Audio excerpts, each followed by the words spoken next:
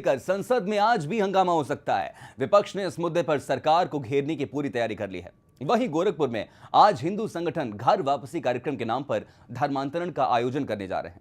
हालांकि यूपी सरकार ने इस पर रोक लगाने के लिए कमर कस ली है।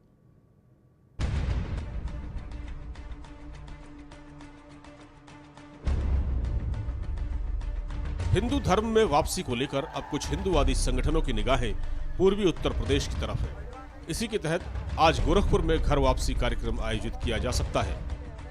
गोरखपुर बीजेपी नेता योगी आदित्यनाथ का संसदीय क्षेत्र है।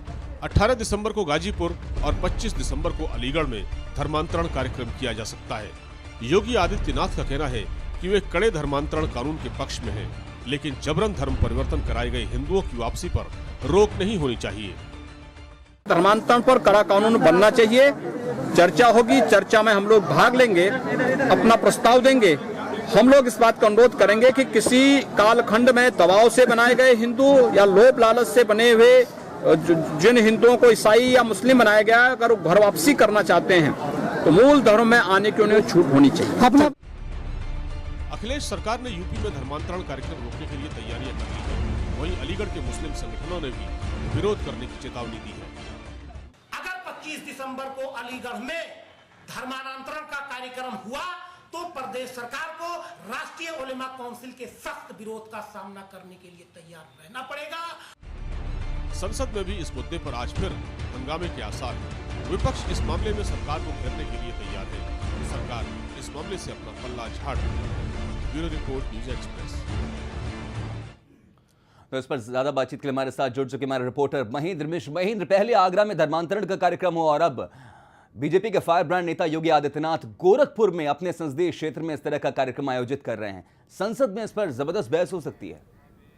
बिल्कुल राहुल, देखिए कल भी यह मुद्दा बना था और राज्यसभा में विपक्ष ने इसकी मांग की थी कि इस पर बहस होनी चाहिए और साथ ही उसका कहना था कि इस पर प्रधानमंत्री को जवाब देना चाहिए, क्योंकि मुद्दा बड़ा है और इस पर सिर्फ बयानबाजी नहीं होनी चाहिए, ठोस कार्रवाई होनी चाहिए। तो आज फिर विपक्ष जो है इसको मुद्दा बनाएगा, देखना होगा राज्यसभा में क्या होता है। लेकिन आप कह सकते हैं 25 दिसंबर जो समय है उसमें अलीगढ़ में एक बड़ा कार्यक्रम आयोजित किया गया है और उसमें कहा जा रहा है घर वापसी, अब उसका नाम भी बदल दिया गया है, घर घर स्वागत रख दिया गया है। कैसे जो है प्रशासन के डंडे से बचा जाए, उसके कानून से बचा जाए, इस लिहाज से। तो आप कह सकते हैं एक तरफ सड़क गर्म हो रही है, दूसरी तरफ संसद गर्म हो रही है। दोनों में देखना होगा बाजी किसके हाथ लगती है, विपक्ष जीतता है। वहीं पर एक और बात यहाँ पर गौर करने लायक है। यहाँ पर योगी आदित्यनाथ ने अखिलेश यादव सरकार से कह दिया है कि अगर उन्हें ज्यादा दिक्कत है तो एक अच्छा कड़ा एंटी कन्वर्जन लॉ ले आए, तो इस पर राज्य सरकार भी गिर सकती है।